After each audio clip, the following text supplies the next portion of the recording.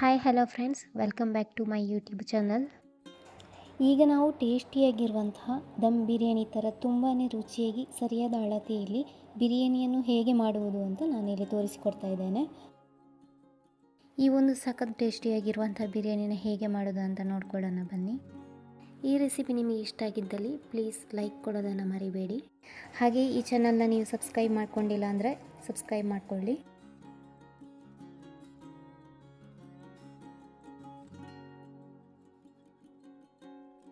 ಮೊದಲಿಗೆ ನಾವು ಇಲ್ಲಿ ಮಸಾಲೆ ಪೇಸ್ಟನ್ನು ರೆಡಿ ಮಾಡಿಕೊಳ್ಬೇಕು. ಒಂದು ಮೀಡಿಯಮ್ ಸೈಜ್ ಬೆಳ್ಳುಳ್ಳಿ ತೊಗೊಂಡಿದ್ದೇನೆ, ಒಂದು ಹಿಡಿಯಾಗುವಷ್ಟು ಕೊತ್ತಂಬರಿ ಸೊಪ್ಪು ಮತ್ತು ಒಂದು ಹಿಡಿಯಾಗುವಷ್ಟು ಪುದೀನ ಸೊಪ್ಪು ತಗೊಳ್ತಾ ಇದ್ದೇನೆ.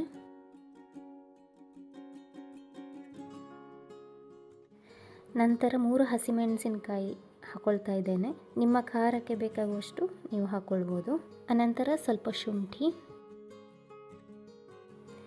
ನಂತರ 1 ಚಮಚ ಕಾಳುಮೆಣಸು, 3-4 ಲವಂಗ, 1 ಸ್ಟಾರ್ ಹೂವು, ಚಕ್ಕೆ, 1 ಪಲಾವ್ ಎಲೆ. ನಾನು ಗರಂ ಮಸಾಲೆ ಹುಡಿಯನ್ನು ಹಾಕ್ಕೊಳ್ತಾ ಇಲ್ಲ, ಅದರ ಬದಲಾಗಿ ಇವಿಷ್ಟು ಹೇಳಿರೋ ಇಂಗ್ರೀಡಿಯೆಂಟ್ಸ್ನ ಹಾಕ್ಕೊಳ್ತಾ ಇದ್ದೇನೆ. ಇವೆಲ್ಲವನ್ನು ಮಿಕ್ಸಿ ಜಾರಿಗೆ ಹಾಕಿಕೊಳ್ಳಬೇಕು. ನಂತರ ರುಬ್ಬಿಕೊಳ್ಳಿಕ್ಕೆ ಬೇಕಾದಷ್ಟು ನೀರನ್ನು ಸೇರಿಸಿ ರುಬ್ಕೊಳ್ಬೇಕು. ಇವಾಗ ಮಸಾಲೆ ಪೇಸ್ಟ್ ರೆಡಿಯಾಗಿದೆ. ಈ ಮಸಾಲೆ ಪೇಸ್ಟ್ ಚಿಕನ್ ಬಿರಿಯಾನಿಗೆ ತುಂಬಾ ರುಚಿ ಕೊಡ್ತದೆ. ನಂತರ ನಾನಿಲ್ಲಿ 1/2 kg ಆಗುವಷ್ಟು ಚಿಕನ್ ಚೆನ್ನಾಗಿ ಕ್ಲೀನ್ ಮಾಡಿ ತೊಳೆದು ನೀರು ಡ್ರೈ ಮಾಡಿ ಇಟ್ಕೊಂಡಿದ್ದೇನೆ. ಇದಕ್ಕೆ ನಾನು 1 ಸ್ಪೂನ್ ಖಾರದ ಹುಡಿ, 1 ಸ್ಪೂನ್ ಕೊತ್ತಂಬರಿ ಹುಡಿ, ಸ್ವಲ್ಪ ಅರಶಿನ ಹುಡಿ, ರುಚಿಗೆ ಬೇಕಾಗುವಷ್ಟು ಉಪ್ಪನ್ನು ಸೇರಿಸಿಕೊಳ್ತಾ ಇದ್ದೇನೆ, 1 ಸ್ಪೂನ್ ಬಿರಿಯಾನಿ ಮಸಾಲ ಪೌಡರ್, ಅರ್ಧ ನಿಂಬೆಹಣ್ಣಿನ ರಸ ಸೇರಿಸಿಕೊಳ್ತಾ ಇದ್ದೇನೆ. ನಂತರ ಇಲ್ಲಿ ಅರ್ಧ ಕಪ್ ಆಗುವಷ್ಟು ಮೊಸರು ಹಾಕ್ಕೊಳ್ತಾ ಇದ್ದೇನೆ. ಮೊಸರನ್ನ ನೀವು ಬಳಸಲೇಬೇಕು. ಮೊಸರನ್ನು ಬಳಸೋದ್ರಿಂದ ಗ್ರೇವಿ ಚೆನ್ನಾಗಿ ಬರ್ತದೆ, ಹಾಗೆಯೇ ಚಿಕನ್ ಕೂಡ ತುಂಬ ಸಾಫ್ಟಾಗಿ ಬರ್ತದೆ. ಕೊನೆಗೆ ನಾವು ಗ್ರೈಂಡ್ ಮಾಡಿ ಇಟ್ಟಿರುವಂತಹ ಮಸಾಲ ಪೇಸ್ಟನ್ನು ಸೇರಿಸಿಕೊಳ್ಬೇಕು. ನಂತರ ಚೆನ್ನಾಗಿ ಮಿಕ್ಸ್ ಮಾಡಿಕೊಳ್ಳಿ. ಮಸಾಲೆ ಎಲ್ಲ ಚಿಕನ್ ಪೀಸಿಗೆ ಚೆನ್ನಾಗಿ ಹಿಡಿಬೇಕು. ಇದನ್ನು ನಾವು ಅರ್ಧದಿಂದ 1 ಗಂಟೆ ಆಗುವಷ್ಟು ಮ್ಯಾರಿನೇಟ್ ಆಗಲಿಕ್ಕೆ ಇಡಬೇಕು. ಇಲ್ಲಿ ನಾನು ಇಂಡಿಯನ್ ಗೇಟ್ ಬಾಸ್ಮತಿ ರೈಸನ್ನು ತಗೊಳ್ತಾ ಇದ್ದೇನೆ. ಇಲ್ಲಿ ನಾನು ಈ ಕಪ್ಪಲ್ಲಿ 3 ಕಪ್ ಆಗುವಷ್ಟು ಬಾಸ್ಮತಿ ರೈಸನ್ನು ತಗೊಳ್ತಾ ಇದ್ದೇನೆ. ಈಗ ಅಕ್ಕಿಯನ್ನು ಚೆನ್ನಾಗಿ ತೊಳೆದು ಇಟ್ಕೊಳ್ಬೇಕು. ಇವಾಗ ನಾವು ಅನ್ನ ಬೇಯಿಸಲಿಕ್ಕೆ ರೆಡಿ ಮಾಡಿಕೊಳ್ಳೋಣ. ಇವಾಗ ಸೇಮ್ ಕಪ್ಪಲ್ಲಿ 6 ಕಪ್ ಆಗುವಷ್ಟು ನೀರನ್ನು ಹಾಕಿಕೊಂಡಿದ್ದೇನೆ. ಅನಂತರ ಅದಕ್ಕೆ 2 ಚಮಚ ತುಪ್ಪ ಹಾಕಿಕೊಳ್ಳಿ. ನಂತರ ಇದಕ್ಕೆ ನಾನು 3 ಏಲಕ್ಕಿ, 2-3 ಲವಂಗ, 2 ಪಲಾವ್ ಎಲೆ, 2-3 ಚಕ್ಕೆ, 1 ಸ್ಟಾರ್ ಹೂವು ಹಾಕ್ಕೊಳ್ತಾ ಇದ್ದೇನೆ. ನಂತರ 7-8 ಕಾಳು ಮೆಣಸು, ಅರ್ಧ ನಿಂಬೆ ರಸ ಹಾಕ್ಕೊಳ್ತಾ ಇದ್ದೇನೆ. ಕ್ಲೀನ್ ಮಾಡಿಟ್ಟಿರುವಂಥ ಅಕ್ಕಿಯನ್ನು ಹಾಕ್ಕೊಳ್ಬೇಕು. ನಂತರ ನಾನು ರುಚಿಗೆ ಬೇಕಾಗುವಷ್ಟು ಉಪ್ಪನ್ನು ಹಾಕ್ಕೊಳ್ತಾ ಇದ್ದೇನೆ. ಚೆನ್ನಾಗಿ ಮಿಕ್ಸ್ ಮಾಡಿ ಉಪ್ಪನ್ನು ನೋಡಿಕೊಳ್ಳಿ, ಇಲ್ಲಾಂದರೆ ಅನ್ನ ಮತ್ತು ನಿಮಗೆ ಸಪ್ಪೆ ಸಪ್ಪೆ ಆಗ್ತದೆ. ಇಲ್ಲಿ ನಾನು ಸ್ವಲ್ಪ ಪುದೀನ ಸೊಪ್ಪು ಮತ್ತು ಕೊತ್ತಂಬರಿ ಸೊಪ್ಪನ್ನು ಹಾಕ್ಕೊಳ್ತಾ ಇದ್ದೇನೆ. ಚೆನ್ನಾಗಿ ಮಿಕ್ಸ್ ಮಾಡಿ ಕುಕ್ಕರ್ ಮುಚ್ಚಳ ಹಾಕಿ 1 ವಿಷಲ್ವರೆಗೆ ಬಿಡಿ. ಇಲ್ಲಿ ನಾನು ದಪ್ಪ ತಾಳದ ಪಾತ್ರೆ ಇಟ್ಕೊಂಡಿದ್ದೇನೆ. ಇದಕ್ಕೆ ಸ್ವಲ್ಪ ಎಣ್ಣೆ ಹಾಕ್ಕೊಳ್ತಾ ಇದ್ದೇನೆ. ನೀವು ಇದಕ್ಕೆ ತುಪ್ಪ ಕೂಡ ಸೇರಿಸಿಕೊಳ್ಬೋದು. ನಂತರ ಇದಕ್ಕೆ ನಾನು 1 ಮೀಡಿಯಮ್ ಸೈಜ್ ಈರುಳ್ಳಿಯನ್ನು ಹಾಕ್ಕೊಳ್ತಾ ಇದ್ದೇನೆ.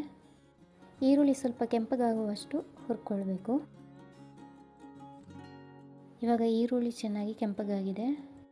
ನಂತರ ನಾನು 1 ಟೊಮೆಟೊವನ್ನು ಕಟ್ ಮಾಡಿ ಹಾಕ್ಕೊಳ್ತಾ ಇದ್ದೇನೆ. ಇವಾಗ ಟೊಮೆಟೊ ಚೆನ್ನಾಗಿ ಮೆತ್ತಗಾಗಬೇಕು. ನಂತರ ಇದಕ್ಕೆ ನಾವು ಮ್ಯಾರಿನೇಟ್ ಮಾಡಿಟ್ಟಿರುವಂತಹ ಚಿಕನನ್ನು ಸೇರಿಸಿಕೊಳ್ಬೇಕು. ಚೆನ್ನಾಗಿ ಮಿಕ್ಸ್ ಮಾಡಿಕೊಳ್ಳಿ. ನಂತರ ಇಲ್ಲಿ ನಾನು ಚಿಕನನ್ನು 10-15 ನಿಮಿಷಗಳ ಕಾಲ ಮುಚ್ಚಳ ಮುಚ್ಚಿ ಬೇಯಿಸಿಕೊಳ್ಬೇಕು. ಈಗ ಚಿಕನ್ ಅರ್ಧ ಬೆಂದಿದೆ, ಪೂರ್ತಿಯಾಗಿ ಬೇಯಿಸಿಕೊಳ್ಬಾರ್ದು. ಇವಾಗ ಒಂದ್ಸರಿ ಚೆನ್ನಾಗಿ ಮಿಕ್ಸ್ ಮಾಡ್ಕೊಳ್ತಾ ಇದ್ದೇನೆ. ನಾನು ಬೇಯಿಸಿಟ್ಟಿರುವಂತಹ ಅನ್ನವನ್ನು ರೆಡಿ ಮಾಡಿ ಇಟ್ಕೊಳ್ತಾ ಇದ್ದೇನೆ. ಇಲ್ಲಿ ನಾನು ಯಾವುದೇ ಫುಡ್ ಕಲರನ್ನೇ ಯೂಸ್ ಮಾಡ್ತಾ ಇಲ್ಲ, ಅದರ ಬದಲಾಗಿ ನಾನು ಅರಿಶಿಣದ ನೀರನ್ನು ಯೂಸ್ ಮಾಡ್ತಾ ಇದ್ದೇನೆ.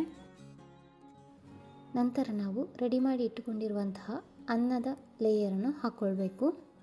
ಮತ್ತು ಇದಕ್ಕೆ ಸ್ವಲ್ಪ ಕೊತ್ತಂಬರಿ ಸೊಪ್ಪು ಮತ್ತು ಪುದೀನ ಸೊಪ್ಪು ಹಾಕ್ಕೊಳ್ತಾ ಇದ್ದೇನೆ. ಹಾಗೆ ಸ್ವಲ್ಪ ತುಪ್ಪವನ್ನು ಹಾಕ್ಕೊಳ್ತಾ ಇದ್ದೇನೆ.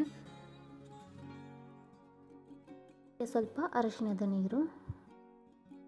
ಇಲ್ಲಿ ನಾನು ಒಂದು ದೊಡ್ಡ ಸೈಜ್ ಈರುಳ್ಳಿಯನ್ನು ಸಣ್ಣದಾಗಿ ಕಟ್ ಮಾಡಿ ಎಣ್ಣೆಯಲ್ಲಿ ಚೆನ್ನಾಗಿ ಫ್ರೈ ಮಾಡಿ ಇಟ್ಕೊಂಡಿದ್ದೇನೆ. ಲೈಟ್ ಗೋಲ್ಡನ್ ಬ್ರೌನ್ ಬಣ್ಣ ಬರೋ ತನಕ ಇದನ್ನು ಹುರ್ಕೋಬೇಕು. ನಂತರ ಅದೇ ಥರ ರಿಪೀಟ್ ಪ್ರೊಸೆಸನ್ನು ಮಾಡಿಕೊಳ್ಬೇಕು.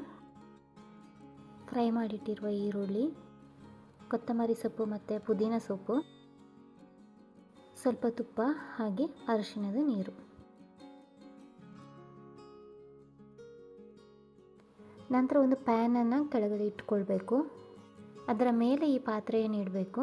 ಡೈರೆಕ್ಟಾಗಿ ಫ್ಲೇಮ್ ಪಾತ್ರೆಗೆ ತಾಗಬಾರ್ದು.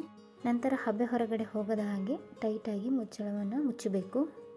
ಮೀಡಿಯಂ ಫ್ಲೇಮಲ್ಲಿ 20 ನಿಮಿಷ ಚೆನ್ನಾಗಿ ಬೇಯಲಿಕ್ಕೆ ಬಿಡಬೇಕು.